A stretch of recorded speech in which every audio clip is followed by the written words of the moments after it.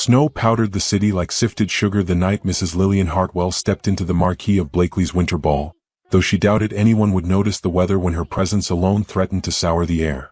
Behind her, the footman shut the carriage door with a soft thud, sealing her fate for the evening. She gathered her modest gray silk skirts, breathed once for courage, and entered the blaze of chandeliers that made every jewel glitter, every silk gown shimmer, and every whisper sharpen like a blade. The orchestra played a waltz too grand for her quiet steps, but she carried herself with dignity. She had learned long ago that a bowed head invited sharper cruelty. Lillian moved through the gilded hall with the grace of someone who wished only to take up as little space as possible. Her employer's family had insisted she attend as their companion, a gesture presented as kindness but more truthfully an obligation. Someone had to hold the invitations, fetch smelling salts, gather shawls, and politely melt into corners. Yet the moment she crossed the threshold, she felt the sting of eyes assessing her gown, her widow's pin, her posture, her very right to breathe beneath so many crystal lights. Is that her? The governess widow? The Hartwell woman, the one whose husband died and left nothing but debts? I heard she was invited out of charity. Imagine being pitted into a ballroom. The voices floated around her like icy feathers. She kept walking, chin gently lifted, though her pulse fluttered beneath her lace collar. A lady in emerald silk stepped directly into her path, fanning herself with idle cruelty. "Oh, pardon me," the woman said sweetly, eyes sweeping Lillian's aged gown. "I did not realize they allowed companions to wander unattended." "How progressive of the Marquis." A soft titter followed. Lillian lowered her eyes in a restrained curtsy, the gesture taught in better days when she had been the young wife of a hopeful clerk, not yet the pale shadow of a woman navigating London on the fumes of dignity. The humiliation pricked her skin. She imagined it glowing there, visible to all. But something else pierced the air, a gaze. Heavy, assessing, quiet as winter falling on stone. Across the ballroom stood the Duke of Ashford, His Grace Alastair Hawthorne, a figure of somber elegance in black and silver. He was tall, carved by grief rather than age, and watched the room with the wary stillness of a man long accustomed to betrayal. For reasons she could not fathom, his eyes were fixed upon her, not with curiosity nor disdain, but with a kind of solemn recognition, an echo of seeing another wounded soul in a merciless room. Lillian looked away first, unsettled. The evening only grew harsher. Lady Maribel Stanton arrived like a storm cloaked in crimson velvet, her beauty as sharp as her ambition. She swept across the ballroom toward the Duke, but upon noticing his brief glance toward Lillian, something cold flickered in her eyes. She veered instead toward the widow. "My dear Mrs. Hartwell," Maribel purred, trapping her between a column and a cluster of ladies pretending not to listen, "how industrious you are! Already seeking the notice of eligible men, even in mourning colors." Lillian stiffened. "I seek nothing, my lady, save a quiet corner." "A quiet corner rarely leads to prosperous connections," Maribel murmured loud enough for a circle of curious ears. "But perhaps that is the extent of your ambition." Before Lillian could respond, her foot caught the edge of a rug as she attempted to withdraw. She stumbled, heart lurching, until a firm hand caught her glove. She looked up. The Duke himself stood before her, steady as oak, his hand enveloping hers. The shock of his presence disarmed her so completely she forgot to breathe. "Are you harmed, madam?" His voice was low, smooth, tinged with something unguarded. "And no, your grace." She tried to free her hand, but he did not release it at once. His lingering touch felt less like impropriety and more like a silent rebellion against the room. He turned his cool gaze upon Lady Maribel, and something in his expression made her flinch a fraction. "Lady Stanton," he said mildly, "your concern for Mrs. Hartwell seems excessive." Maribel forced a smile. "I merely wish to ensure the Duke was not misled by—" "By what?" Alastair asked softly, dangerously. "A lady seeking balance after an unfortunate misstep?" The tone carried weight without raising volume, and the group around them dissolved like startled birds. Lillian withdrew her hand at last, her cheeks burning. "Your Grace," she whispered, steady but trembling beneath the surface, "I thank you, but I would not wish for my presence to burden your evening." "A burden," he replied, "is often merely an unspoken truth wearing another name." She could not fathom what he meant. Before she could inquire, he bowed with impeccable formality and departed, though she felt the imprint of his gaze long after he disappeared into the swirl of dancers. Lillian retreated from the ballroom toward the balcony, needing air. The cold night met her like a bomb.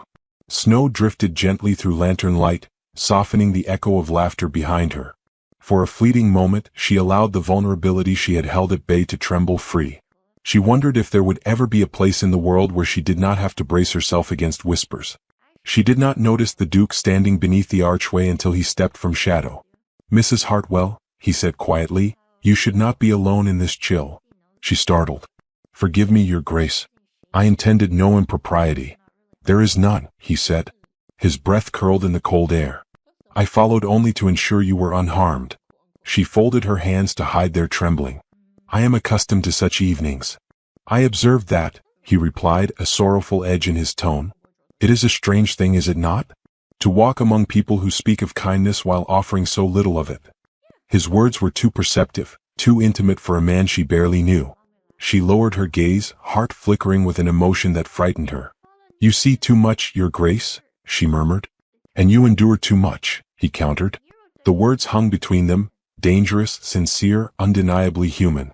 Before anything more could be said, a flurry of approaching voices forced them apart. Lillian curtsied hastily and slipped inside. Whispered gossip awaited her immediately. The Duke was alone with the widow? The widow? Her pulse stuttered. She hurried through the hallways, seeking escape from the rising tide of scandal. She found her carriage waiting.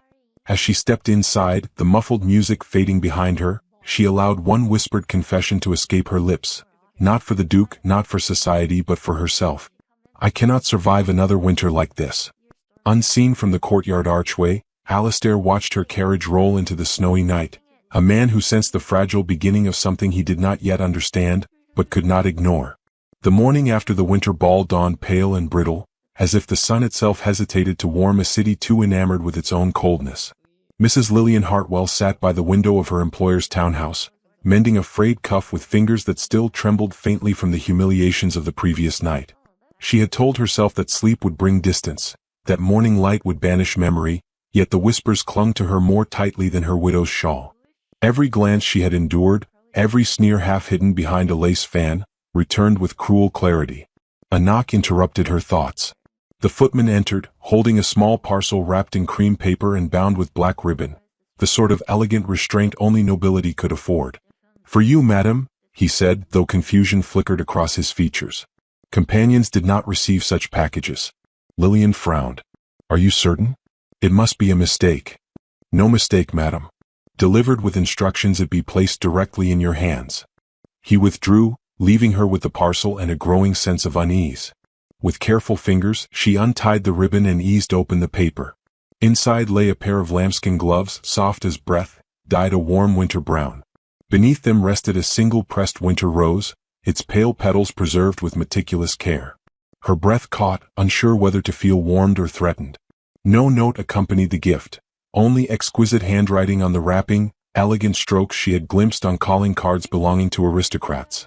But she knew, with unsettling certainty, whose hand had instructed this offering. His Grace, the Duke of Ashford. The knowledge left her suspended between gratitude and dread. Kindness from such a man carried weight too heavy for a woman of her station. She folded the gloves back into the paper, intending to return them, but a second knock stole the chance away. This time it was her employer, Mrs. Pembroke, her expression tight with that particular blend of gentility and embarrassment reserved for conversations one would rather avoid. "My dear Mrs. Hartwell," she began, stepping into the room with careful grace, "I fear some unfortunate rumors are circulating this morning." Lillian's stomach tightened. "Rumors, madam?" Mrs. Pembroke clasped her hands. "About last night. About your proximity to certain gentlemen of rank." Lillian felt her heart constrict. "I was merely seeking air, madam. The Duke approached to ensure my well-being. Nothing improper transpired." Mrs. Pembroke nodded in sympathetic acknowledgement. "I believe you. However, society's perception rarely aligns with truth. It would be best if you kept to yourself for a few days, perhaps avoided public gatherings until this tide settles." The word tide seemed generous. It felt more like a flood. And the gloves resting on her lap suddenly burned like forged iron. "I understand," Lillian whispered. Her employer hesitated, then added gently, "Some have said the Duke showed particular interest. I pray such talk does not bring you trouble." Lillian bowed her head, mortified. She wanted to explain, to insist she had no designs on any nobleman, least of all the Duke, whose life existed in a realm entirely untouchable to hers. But the moment Mrs. Pembroke left, Lillian hid the gloves in her drawer, as though concealing evidence of a crime she had not committed. That afternoon she accompanied the Pembroke family to a charity luncheon, an obligation she could not refuse without drawing more suspicion. The event was held in Lady Fairchild's conservatory, a magnificent room of ironwork and glass where camellias bloomed despite the winter frost. Lillian lingered near the far corner, trying to disappear among the towering ferns, but whispers traveled swiftly through the warm air. "Did you hear? The Duke sent her gloves." "Gloves? They say she spent half the evening alone with him. How disgraceful. A widow and so soon fishing for favor." Lillian's throat tightened and she stepped deeper into the greenery, willing her pulse to quiet. A voice, steady and low, broke through the murmur behind her. "Mrs. Hartwell." She turned. The Duke of Ashford stood a few paces away, framed by white camellias, the winter light filtering through the glass above casting a softened glow upon his solemn features. His presence drew her breath away with the same startling force as when he had caught her hand in the ballroom. "Your Grace," she managed, wondering how such a man could move with such silent certainty. "I hope to find you," he said. "I feared you might be suffering consequences you did not earn." His words, so precise and considerate, pierced her defenses. "I would not have society misunderstand your intentions," she said softly. "Your assistance last night has already stirred more talk than I can counter." His jaw tightened. "Then allow me to clarify matters." Before she could protest, he stepped closer, still respectable, still proper, yet undeniably intent. He raised a hand toward a nearby camellia bloom, touching a petal with the lightest brush of his gloved fingers. "This flower blooms in winter," he said quietly. "Fragile in appearance, yet stronger than everything around it. I thought of you when I saw it." Her breath faltered. Such a comparison, spoken with the restraint of a man who feared revealing too much, sent heat to her cheeks. "Your Grace, you must not." "I must," he interrupted, though his tone remained gentle. "I regret that my actions have caused you undue attention." A rustle behind them signaled observers. Lillian's heart lurched.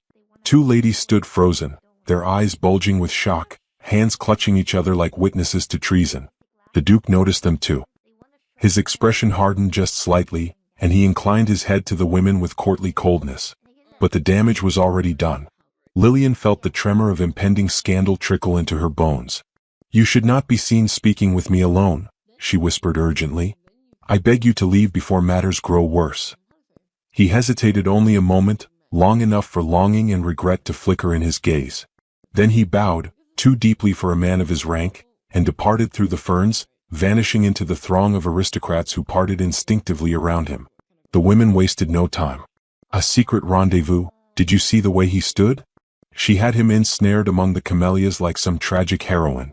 "Maribel will be livid." The name struck Lillian like a blow. Lady Maribel Stantonshire was not the sort one survived unscathed. By evening, the gossip had spread through London drawing rooms like wildfire. Servants repeated it before fires. Carriage drivers swapped embellished versions at the stables. And somewhere in her lavish townhouse, Lady Maribel undoubtedly stoked the rumor with venomous delight. Lillian sat at her small writing desk, staring at the hidden gloves in her drawer as though they might speak. But they offered neither comfort nor clarity, only complication. Across the city, in a dim library thick with the scent of old leather and smoke, the Duke sat in silence while his cousin Edmund stood near the hearth. "You look troubled," Edmund remarked. Alistair stared into the fire. "I have 7 days," he said at last, voice quiet as a confession. 7 days to marry or I lose Ashford entirely." Edmund froze, shock eclipsing his usual levity. 7 days? Then you must choose at once." The Duke's hand tightened around the arm of his chair. "And the only woman whose presence does not suffocate me now believes I have ruined her." The fire crackled, a single ember drifting upward like a dying hope, and the room fell into somber stillness as the weight of inevitability settled upon the Duke's shoulders. The invitation arrived on a morning washed gray with mist, as though the world itself held its breath. Mrs. Lillian Hartwell found it upon the breakfast tray, a thick ivory envelope sealed with black wax bearing the hawthorn crest. The footman who delivered it offered no explanation, only a stiff bow that revealed nothing of what he thought of delivering a personal summons from a duke to a widow of humble standing. Her heart lurched. She stared at the seal long enough for the tea beside her to cool. Accepting the invitation would stoke the flames of gossip already spreading through London, yet refusing him felt dangerously close to ingratitude, even disrespect. The Duke of Ashford was not a man one dismissed lightly, not even in rumor. And beyond propriety, there remained the memory of his gaze in the conservatory, steady, solemn, imploring in a way she had not known a man of such rank capable of looking at someone like her. Her fingers broke the seal before she fully decided to do so. "Mrs. Hartwell, your presence is humbly requested at Ashford House at your earliest convenience. Matters of importance must be discussed. I assure you that your dignity and comfort shall be safeguarded. With respect, Alastair Hawthorne, Duke of Ashford." Her pulse quickened. Matters of importance. Such formality cloaked something more personal, something urgent. Within the hour, a carriage was arranged. Her employer, uneasy but unwilling to offend a duke, permitted her absence with a strange smile that betrayed an undercurrent of fear. Lillian dressed in her most modest attire, a navy wool gown with a high collar, and wrapped herself in her shawl as if it were armor. She reminded herself this meeting was likely to end whatever misunderstandings lingered in society's merciless mouth. And yet, a tremor of anticipation betrayed her calm facade. Ashford House rose from the fog like a mansion sculpted from winter itself. Tall windows reflected the muted sky, and frost clung to the iron gates as though reluctant to let them open for her. The butler greeted her with a bow so deep it unsettled her more than rudeness might have done. She was escorted through quiet corridors lined with ancestral portraits whose stern eyes followed her approach. But the Duke was not waiting in the grand drawing room. Instead, the butler led her through to the gardens beyond the glass doors, where winter lay in delicate repose. He stood among the frost-touched hedges, hands clasped behind his back, his black coat stark against the pale landscape. Snowflakes drifted onto his shoulders, dissolving as though the cold dared not linger on him. When he turned, the controlled tension in his posture revealed a man bearing more weight than his rank demanded. "Mrs. Hartwell," he said, bowing with a solemnity she felt unworthy to receive. "Thank you for coming. I feared you might refuse." She gathered her composure. "Your Grace, I could not deny a summons so earnestly written. Though I confess, I do not understand the urgency. Then allow me to explain." He gestured to a stone path winding through the winter garden. "Will you walk with me?" She nodded. They strolled among bare branches adorned with crystals of ice. No other soul ventured into the garden. Their footsteps alone disturbed the snow. The quiet wrapped around them, making every word feel weighted, inescapable. "I owe you an apology," he began. "My actions have brought unwarranted attention upon you. Society's appetite for cruelty seems boundless." She clasped her hands tighter within her shawl. "Your Grace, it is not your fault. People misunderstand kindness, especially when shown to those of lower station." "No," he said firmly. "This particular storm is mine, and it is time you understood why." She glanced at him, surprised by the strain in his voice. Something deeper stirred beneath those calm, aristocratic features. "My father," the Duke continued, "left a condition in his will. A cruel one, though I trust his intentions were misguided rather than malicious." He inhaled sharply, breath clouding in the cold. "I am to marry before my 35th birthday or relinquish all rights to Ashford." Lillian stopped walking. The winter garden fell silent. "Your Grace, that is mere days away." "7," he said quietly. 7 days remain." Shock rippled through her. A duke without property? Without the estate that supported hundreds of tenants and families? It was unthinkable. Surely there must be an alternative, legal recourse. "There is none," he said. "The will is ironclad, and my cousin waits eagerly to inherit. A man whose negligence would ruin Ashford within a year." Understanding dawned with a heaviness that pressed upon her ribs. "Then you must marry quickly." His gaze found hers, dark, earnest, stripped of all pretense. "I would ask you," he said softly, "to consider standing with me." The words struck her like a gust of winter wind. She stepped back without meaning to, clutching her shawl. "Me?" she whispered. "Your Grace, you cannot mean." "I do." His voice remained calm, but she sensed a tremor beneath it. "This is not a proposal born of romance or youthful fancy. It is a plea made by a man fighting to protect what countless lives depend upon. Yet," and here his expression softened, "I would not insult you by suggesting this is purely transactional. I have come to admire your courage, your honesty, your grace under cruelty. You do not bend to malice. And his voice faltered, unusual in its vulnerability. "I find peace in your presence, Mrs. Hartwell.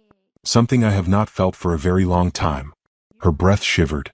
She wanted to speak but found no words capable of bridging the gulf between them. A widow with nothing but dignity and a modest wage. A duke with a legacy on the precipice of collapse.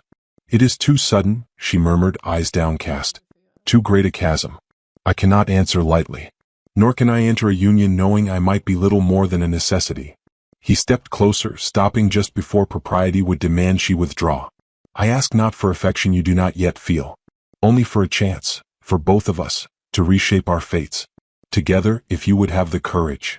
Her eyes lifted to his, drawn by the honesty written there. She saw not power but a man fighting shadows far older than himself. A man whose restraint cracked only when he looked at her. Her hand brushed his sleeve, the faintest whisper of touch. He inhaled sharply, and for one dangerous heartbeat, neither moved away. I need time, she finally whispered. A single night to think. He bowed his head, a gesture of acceptance that felt almost like surrender. You shall have it. Whatever your decision, I will honor it. A carriage awaited her at the garden gate. As Lillian stepped inside, she glanced back through the drifting snow. The Duke stood motionless among the frost-laden branches, watching her depart as though each wheel turn carried away more than hope. If she refuses me, he murmured into the cold air, I deserve it. The carriage door closed, sealing both their fates until morning. Snow thickened over London through the night, falling in soft white curtains that muffled the world into a hush, as though the city waited with bated breath for a single widow's choice. Mrs. Lillian Hartwell lay awake in her narrow bed, the Duke's confession echoing in the quiet like a heartbeat she could not still. 7 days to save Ashford. 7 days to keep hundreds from ruin. And he had looked at her, not as a convenient shield against a cruel will, but as someone who steadied something broken inside him. Yet fear curled through her. She touched the lambskin gloves hidden in her drawer, tracing the seams as though they might speak sense into her turmoil. She had buried once for love. To marry again for necessity felt like trespass upon her own grief. And still, she remembered the Duke's voice in the garden, steady but fraying at the edges, as though he had allowed her to glimpse a wound long concealed. Before dawn stretched its first pale fingers over the rooftops, she rose, dressed, and wrapped herself in her shawl. Clarity had come with the night's silence. She could not erase the dignity of the man who had protected her when others sought to crush her spirit. She had been offered a choice, something life rarely gave her. And she knew with trembling certainty what she must do. By mid-morning the storm had worsened. Carriages crawled through the streets, wheels breaking through drifts. Lillian's carriage reached Ashford House slowly, its lantern dimmed by swirling snow. She stepped out, shivering as wind tugged at her shawl, and approached the grand entrance where 2 footmen rushed to usher her inside. The entrance hall glowed with winter light filtering through tall windows. The Duke stood at the base of the staircase, his posture taut, his jaw set with a tension that betrayed a sleepless night. When he saw her, the mask he wore, one forged through years of restrained composure, fractured. He stepped forward, breath catching almost imperceptibly. Mrs. Hartwell, he said, his voice carefully even, you honor me with your presence. I feared the storm might deter you. The storm, she replied softly, is not the thing capable of frightening me today. A flicker of anxiety crossed his features. Then you have decided. She drew a steadying breath. Your Grace. I have considered every consequence, every whisper, every duty. And I have weighed them against the man I have come to know in these past days. He remained motionless, eyes dark and unguarded. I will stand with you, she said, if you still wish it. For a heartbeat, silence fell like a held breath. Then the Duke exhaled sharply as though a blade had been lifted from his chest. Relief softened his entire frame, leaving him almost vulnerable. He bowed his head, not as a nobleman accepting agreement, but as a man receiving a blessing he had dared not hope for. I am humbled, he murmured, and undeserving. You are neither, she replied, her voice steadier now. You asked me with honesty. I answer with the same. Before either could say more, hurried footsteps echoed from the corridor. Edmund Hawthorne emerged, his expression a mixture of relief and caution. Alistair, forgive my interruption, but word has reached us. Lady Maribel is on her way. And she is not pleased. The Duke's mouth tightened. She would not be. Lillian stiffened. Your Grace, perhaps I should withdraw. No, Alistair said, the single word firm, protective. You will not hide in your own future. Moments later, Lady Maribel Stanton swept into the hall like a crimson storm, her velvet cloak shedding snow as though she brought the blizzard with her. Her eyes landed on Lillian with icy disdain. So it is true, she hissed. You mean to marry her? The Duke stepped forward, his presence commanding enough to silence even Maribel's fury. "Lady Stanton, whatever affection you imagined I bore you was a misunderstanding. Mrs. Hartwell is under my protection and will soon be under my name." Maribel's face hardened, lips trembling with repressed outrage. "She is beneath you." "And yet," Alistair replied coolly, "she carries dignity you cannot fathom." Lillian flinched at the open confrontation, but the Duke reached back, his hand finding hers in a gesture so tender it startled even him. He did not release her. "You wound me with your cruelty, Maribel," he continued, voice soft but sharp as ice. "But you will not touch my future Duchess." The title hung in the air like a spark catching flame. Gasps sounded from servants who had gathered at the edges, their decorum eroded by shock. Maribel drew a sharp breath, eyes glistening with humiliation. She turned abruptly and stormed away, the echo of her boots fading like a dying storm. Lillian's hand trembled in the Duke's. She met his gaze, her voice barely above a whisper. "You should not have said that. It will spread within the hour." "Let it," he answered, tightening his hold. "Truth is a fire. Best to let it burn quickly." The announcement of their impending marriage spread through London's social circles before twilight. Invitations were drafted at once. The ceremony was to take place at dawn, the final day before the Duke's inheritance would be forfeited. Snow deepened, blanketing the world in white silence, as though nature itself insisted upon the intimacy of the moment. That evening, Lillian returned to her small room to prepare what little she needed for the life awaiting her. Her heart beat with a mixture of courage and fear, but something steadier than both guided her hands. She folded her gowns, her shawls, and at last the lambskin gloves. When her fingers brushed the winter rose, she allowed a rare, fragile smile. But as she reached for her cloak, she noticed a slip of paper pushed under her door. No seal, no signature, only a single line written in jagged ink. "If you marry him, you will regret it." The words pulsed with menace, stark against the candlelit room. Her breath caught, fear fluttering cold and sharp beneath her ribs. Someone wished to frighten her, or worse. But she forced herself to stand still, to breathe through the tremor. The Duke had offered her truth, vulnerability, and a future built from shared resolve. Fear alone would not turn her from that path now. She folded the note, tucked it inside her cloak, and whispered into the dim room, "Tomorrow I choose my fate." Outside, snow continued falling, soft, unbroken, relentless, ushering the night toward the dawn of their reckoning. The dawn that should have risen soft and golden broke instead through a storm of white, thick snow sweeping across the city as though the heavens themselves sought to test the resolve of every soul within London. Mrs. Lillian Hartwell stepped from her carriage before Ashford House with her cloak drawn tight, the falling flakes catching in her dark hair. The world was muffled, expectant. Today she was to marry a duke. Today she was to claim a future both terrifying and extraordinary. Yet beneath her determination lingered the memory of the crude warning slipped under her door. "If you marry him, you will regret it." She pressed the note against her palm as she approached the steps. A footman opened the door, bowing her into the grandeur of the entrance hall where candles fought bravely against the dimness of the storm. The great house was quieter than usual, only a handful of guests had managed the treacherous roads. It was, by necessity, a private ceremony, small, solemn, intimate. The Duke stood near the hearth, his broad silhouette illuminated by firelight. When he turned toward her, the tension in his face eased, not entirely, but enough that she felt the warmth of his relief. He walked to her slowly, as though afraid she might disappear in the next gust of wind.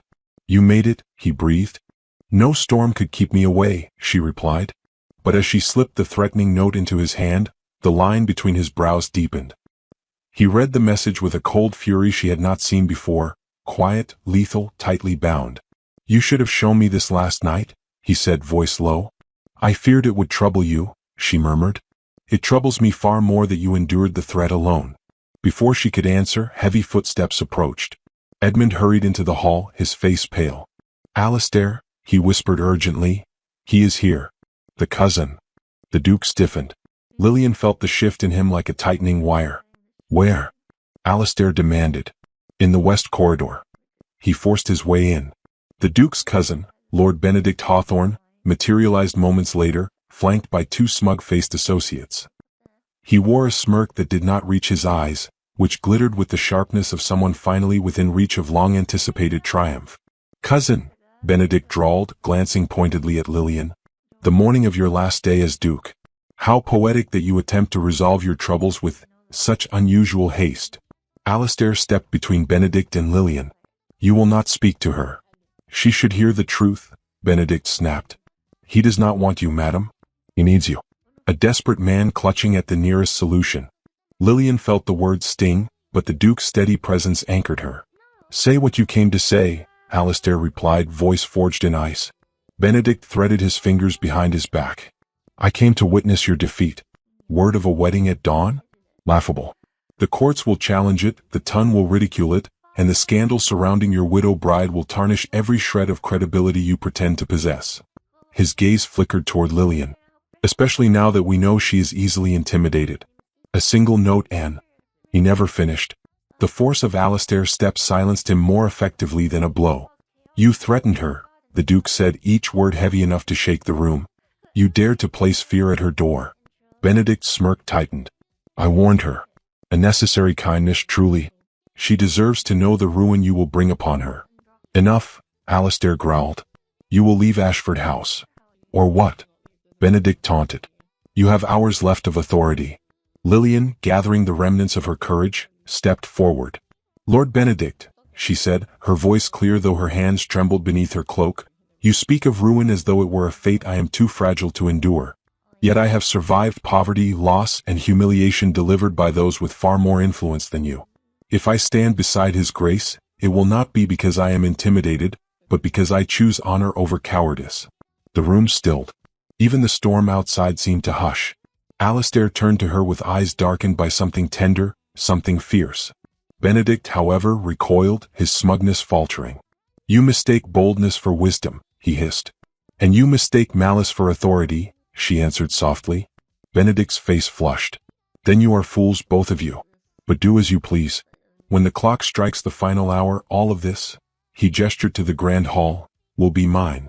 He withdrew at last, his boots echoing down the corridor.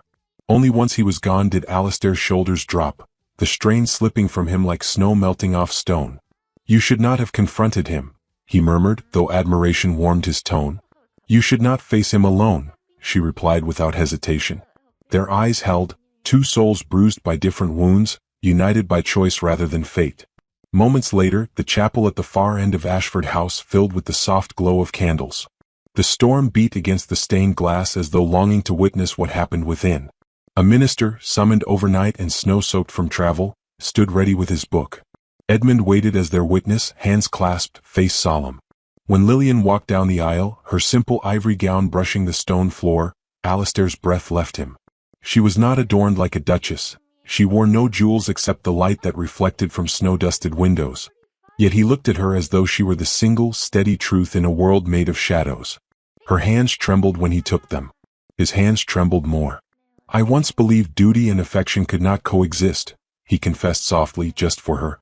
"But you have undone every certainty I ever held." Her pulse fluttered. "I once believed my life ended with my husband's passing," she whispered. "But you have given me reason to begin again." When the minister asked for their vows, the Duke's voice deepened with emotion he did not bother to hide. "I asked for a wife out of necessity," he said. "But I stand before you now as a man who cannot imagine drawing breath without you." Tears shone in Lillian's eyes, but she kept her voice steady. "I take your name not to escape hardship, but to share in your burdens, and in your hope." Their hands met, bare skin against bare skin, a touch that felt like stepping from winter into warmth. When the minister pronounced them husband and wife, the storm outside roared as though offering its own fierce blessing. Later, in the quiet that followed the ceremony, Alistair led her to the conservatory. Among the winter camellias, he presented her with a glass case containing the preserved rose he had given her days before. She reached into her cloak and offered him the lambskin gloves, no longer a symbol of scandal but one of acceptance. As they stepped into the snowy courtyard, the world softened around them. Snowflakes caught in Lillian's hair, melting as Alistair brushed them away. "Whatever awaits us," he whispered, "we face it together." "Together?" she echoed, her hand slipping into his. And beneath the falling snow, the Duke and Duchess of Ashford stood rooted in the knowledge that love, born of dignity, forged in trials, would be their truest inheritance.